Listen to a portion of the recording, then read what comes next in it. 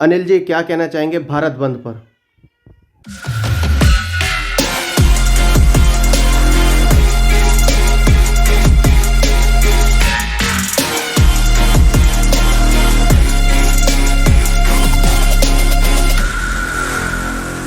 राहुल जी, जैसा कि आप जानते हैं, हमारा देश कृषि प्रधान देश है और आज जो स्थिति देश में बनी हुई है कि किसान हमारा सड़कों पर उतरा हुआ है और सर्दी नहीं देख रहा, गर्मी नहीं देख रहा। नवंबर और दिसंबर के महीने की सर्दी में वो इस तरीके से इस काले कानून को, जो कि हमारी सरकार ने किसानों पर थोप दिया है, इस काले कानून के विरोध में कल भारत बंद का आह्वान किया है और जिसका हम पुरजोर तरीके से समर्थन करते हैं। अनिल जी, क्या कहना चाहेंगे जिस तरीके से इन पर लाठियां बांधी जा रही है, पानी की बौछारें की जा रही है? अगर देश का किसान ही लाठी खाएगा जी, तो फिर इस देश का क्या हाल होगा? आप स्वयं ही अंदाजा लगा लीजिए कि एक तरफ तो हम किसान को अन्नदाता कहते हैं और दूसरी तरफ हम उन पे लाठियां बांध रहे हैं। अरे ये कानून लाल बहादुर शास्त्री जी के समय में बना था, एमएसपी, जी, मिनिमम सपोर्ट प्राइस, जी, और आज इस कानून को केवल नाम मात्र का छोड़कर और इसकी सारी जो क्रियाएं हैं वो सब खत्म हो जाएंगी जी, और ये कानून नाम मात्र का रह जाएगा। और नया कानून जो अब ये लागू करने जा रहे हैं वो केवल 2-3 आदमियों को फायदा पहुंचाएगा। सरकार कहती है हम बिचौलिया खत्म कर रहे हैं इस कानून से। बिचौलिया खत्म हो जाएंगे, केवल 2 ही आदमी रह जाएंगे और अंबानी अडानी जो कि अब तक इस देश में आधे को खा चुके हैं। अगर यही नीति चलती रही, अगर इसका इस तरीके से विरोध नहीं हुआ तो ये देश बहुत जल्दी गुलाम हो जाएगा। अंग्रेजों के समय में तो गुलाम था अंग्रेजों का, लेकिन हिंदुस्तान में हिंदुस्तानियों का 2 आदमियों का ही गुलाम हो जाएगा, रजवाड़ों का शासन दोबारा से आ जाएगा। आप सही मानते हैं कि किसान अपनी जगह सही अड़े हुए हैं? बिल्कुल सही है।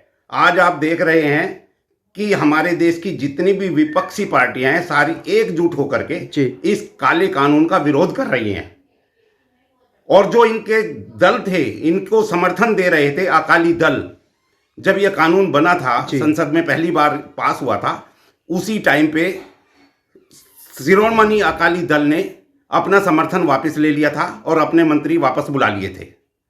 अगर इस कानून में कोई दम होता जी, तो उन्होंने ऐसा क्यों किया? अनिल जी, आज अन्नदाता सड़क पर और जवान भी सड़क पर, जय जवान जय किसान का जो नारा है, कहां तक सही? जय जवान जय किसान का नारा हमारे देश के दूसरे प्रधानमंत्री स्वर्गीय लाल बहादुर शास्त्री जी ने दिया था और वो इसलिए दिया था कि हमारे देश की सीमाओं की रक्षा जवान करते हैं और हमारे अन्नदाता जो हैं वो किसान हैं। जी, देश इसी बेस पे टिका हुआ है। अगर हमारे ये दोनों दुखी होंगे, हमारा अन्नदाता दुखी होगा तो हमारा देश कभी भी सुखी नहीं रह पाएगा और जिस देश का अन्नदाता सड़कों पर आ जाए तो समझो कि उस देश का बहुत जल्दी से बेड़ा गर्क होने वाला है।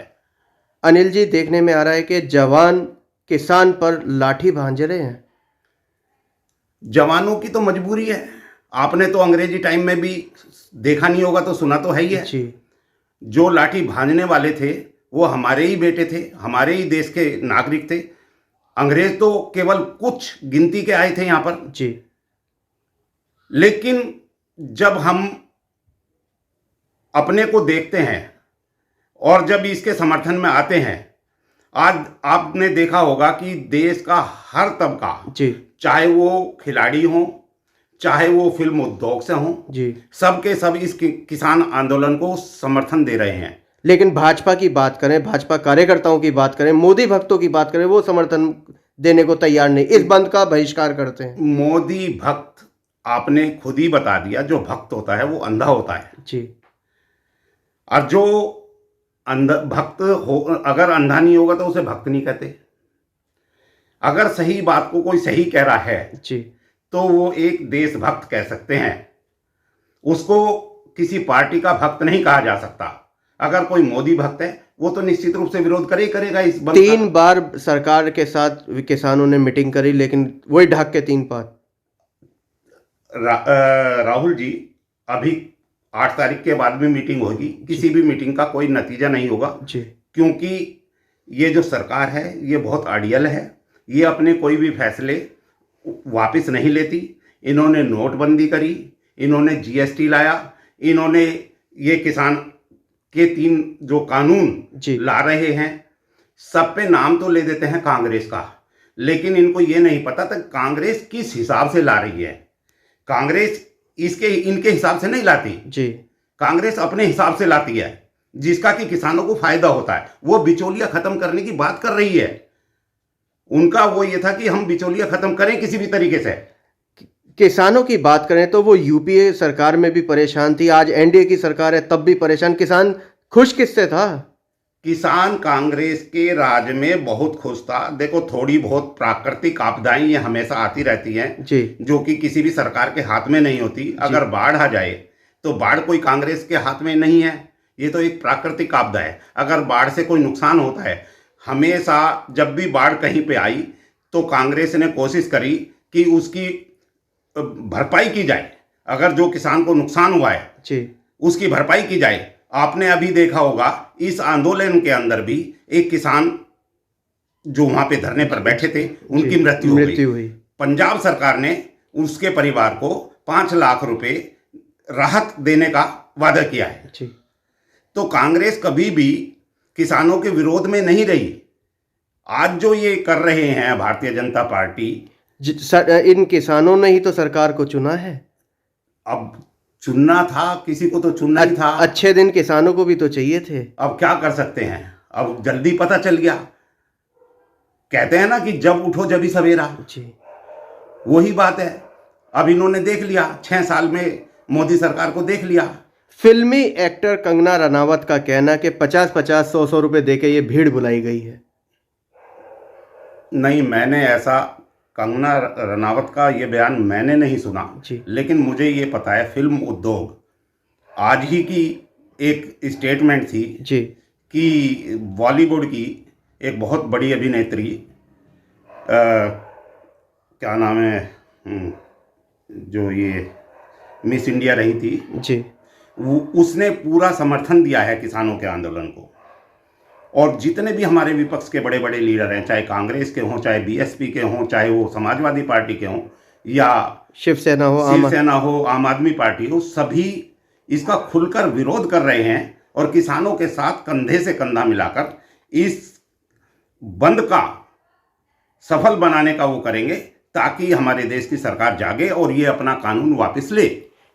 अनिल जी, चलते चलते, क्योंकि आप भी किसान परिवार से जुड़े हुए हैं, इस बिल में नाराजगी है तो है क्या? नाराजगी यही है, जब एमएसपी को ये कहते हैं कि हम इसे खत्म नहीं करेंगे। देखो, आपने बिल्कुल सही कहा। मैंने अपने बचपन में मैंने भी खेती करी है। जब मैं 8-10 साल का था तो हमारे घर पे गांव में खेती होती थी और मैं खुद खेती करी है। अगर कभी व्यापारी किसी चीज को सोचता था कि मैं इसको खरीद के इसका स्टॉक कर लूं, सरकार देखती थी तो उस पर बैन कर देती थी बाहर ले जाने के लिए कि वो बाहर ना ले जा पाए। लेकिन किसान अपनी जमीन की फरद बोलते थे उसे, जमीन के कागजात लेकर पूरे हिंदुस्तान में अपने अनाज को कहीं भी बेच सकता था जी। ये उसे स्वायत्ता थी। किसान यही तो चाहता था कि जो उस कानून को छेड़ने की जरूरत ही नहीं, जैसा चल रहा है चलने दो। क्यों छेड़ रहे हैं? किसानों ने कहा है कि हमें कोई दिक्कत है। अगर किसान कहते कि भाई हमें इस कानून से दिक्कत है तो इनको बनाने की जरूरत है। किसानों की तो कोई मांग ही नहीं है, तो फिर ये इस कानून को ला क्यों रहे हैं? केवल अंबानी और अडानी को फायदा पहुंचाने के लिए इन्होंने पूरे देश का सोना गिरवी रख दिया। सारे इंस्टीट्यूट बेचते जा रहे हैं एक एक करके। रेलवे इन्होंने बेच दी, सारे ही इंस्टीट्यूट। ऑर्डिनेंस फैक्ट्री एक नहीं, अभी धीरे धीरे सभी बेच देंगे। बैंक को ये प्राइवेट कर रहे हैं। ये सरकार कौन सी नीति पे काम कर रही है अनिल जी? ये फूट गिरो राज करो वाली नीति पर काम कर रही है। आज इन्होंने, आप देख लो, कहीं भी चुनाव हो रहे हैं तो कोई पार्टी का असंतुष्ट अगर बड़ा नेता है या कोई और नेता है, उसे किसी भी तरीके से, चाहे तो उसे धमका के, चाहे उसे लालच दे के अपने में मिला लेते हैं, फिर वहाँ पे अपना वो बना लेते हैं। जल्द ही कोरोना की दवा भी मोदी जी का कहना है कि जनता को मिलने वाली है। ये दवा तो सितंबर में आनी थी, और देशों में आ गई और शुरू भी हो गई। हमारे देश में अभी, हमारे देश की कोई दवा नहीं आई। मोदी जी घूम रहे हैं, लेकिन अभी हमारे देश की कोई दवा नहीं है। जो दवा है भी वो बाहर के देश से आएगी, और वो भी पता नहीं 10 दिन लगे, 15 दिन लगे या महीना लगे।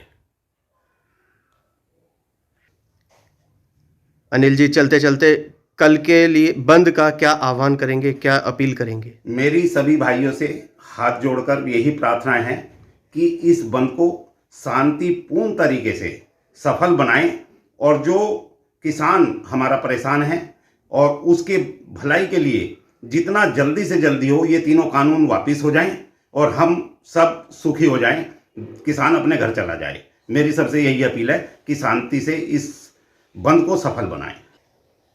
जय हिंद, जय भारत, जय जवान, जय किसान।